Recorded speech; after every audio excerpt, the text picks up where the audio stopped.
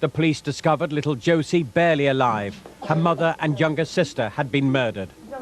Lynn showed extensive damage to the left side and back of the head, and then as a result of which was brain damage. The same for Megan. She had severe injuries to both sides of the head, and as a result there was brain damage. The police had few clues. The murder weapon was not found, and there was never any conclusive forensic evidence. They needed help. This is a police model of the murder scene, which was used to probe Josie's delicate mind. It took months of hard work, and sometimes Josie found it hard to concentrate. But detectives needed her to relive that terrible day. She told them where the killer was standing, brandishing the murder weapon. The family were defenseless, and he demanded money. A photo-fit picture of a suspect put the police on the trail of Michael Stone, a local villain who had carried out an earlier hammer attack on another victim. He was arrested and sent to Canterbury prison. That's where the police got their first break. A prisoner told detectives that Stone had confessed to the murders. The two men had been in neighbouring cells. They'd talked to each other along a central heating pipe. That man, the key witness in the trial, was Damien Daly, a self-confessed criminal. He didn't want to be identified, but in a BBC interview, recorded on the condition that a donation was sent to Josie, he stood by his story. I was sort of like intrigued to hear what he did have to say, even though it was sickening and frightening. Something was sort of like drawing me to the actual conversation of, you know, listening to it. But basically I didn't like what I was hearing. It was like being told a horror story.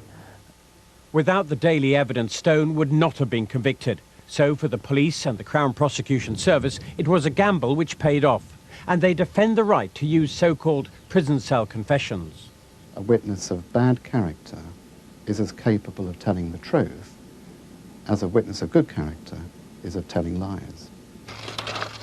In the area of Kent where Stone lived, there'll be some relief at the jury's verdict. He had a dangerous reputation, and he was jailed for a knife attack on a former friend. He went like that as I woke up and I put my hand up. A little scar on my hand, like, I blocked it and it twisted between me ribs. Went straight through me lung. Missed me artery by a quarter of an inch. If I hadn't put my hand up, it would have gone straight through my heart. But the Russells were not so lucky as they strolled home one summer's evening in July 1996. Stone had two chances to prove his innocence. Now he must pay the price of the jury's verdict. Stephen Cape, BBC News. The Bank of England has cut interest rates again by 1/4% to 4.5%. It's the sixth cut this year and comes at the end of a week in which there have been conflicting signals about the health of the economy. Advertising is a cyclical business. 7 years of feast in which the trendy offices go up, followed by, one hopes, less than 7 years of famine. At Bartle Bogle Hegarty, things are not too bad yet. But can an interest rate cut make things better? In as much as the interest rate continues to encourage businesses to invest and not to hold back from their innovation programs, things they were going to do to encourage, bringing new things to market, then yes, it will definitely help. Not all this company's clients actually need much help. Audi had a good September. Car sales generally hit records. Again, though, lower interest rates do stimulate spending. People who previously would have had stocks and shares that they would have looked to turn into cash to purchase for their vehicles, not really making that decision. But because of the extreme low interest rates which we currently have, we have seen an upturn in our finance business as people hold on to their stocks and shares to see them come back in the forthcoming months. If economies were cars, though, most wouldn't be going very fast. Forecasts say Britain will grow at a tolerable 2.1% next year, but the other big economies won't do as well, growing below 2%. Japan will still be in reverse gear. Britain, it seems, is in pole position. If you believe the forecast, you might think there was no need to lower interest rates today. Of course, not everyone does believe the forecast, so think of the rate cut as an insurance policy. Indeed, insurance and reassurance are among the authorities' key instruments. Finance ministers will be issuing plenty of both when they gather in Washington this weekend.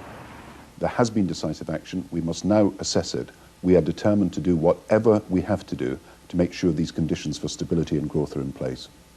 However encouraging the forecasts, or the will of the authorities to proactively manage the economy, there were more job cuts today. 1,100 at First Choice Holidays. The grim economic news isn't over yet. Evan Davis, BBC News.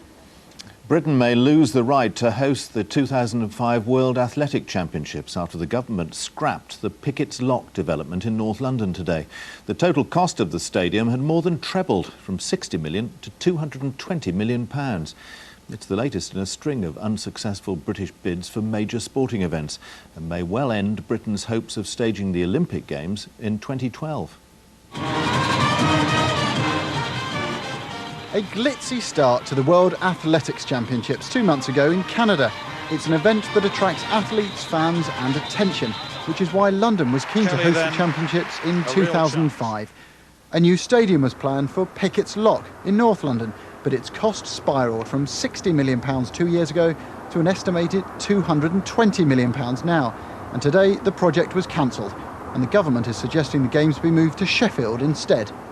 We're committed to hosting the 2005 championships. We have an excellent offer to make the IAAF. Sheffield as the location, a congress in London and a legacy fund for young athletes across Britain. It's the government's fault, I'm afraid. The fact is they were too late in putting the case together. They didn't decide who was going to pick up the final bill. They were over-optimistic in their assumptions. The bid was full of hope and not reality. Like the fiasco surrounding Wembley's redevelopment, this is a setback for British sport. Tonight, there are growing fears that a bid to host the Olympic Games is now in jeopardy. This site was supposed to house a new and futuristic stadium. Instead, it will be remembered for the games that never happened. Britain's reputation among the governing bodies of world sport was already low, and today it's sinking even further. Adam Parsons, BBC News at Pickett's Lock in North London. OK, it's just after 10:25. I'll be back a little later with an update on the day's headlines, but now we join our news teams across the UK. And the main news again tonight, a Russian airliner has exploded over the Black Sea, killing all 76 people on board. Washington says it was hit by a Ukrainian missile. Moscow says terrorists could be to blame. Well, Newsnight starting now over on BBC Two, but from the 10 o'clock news.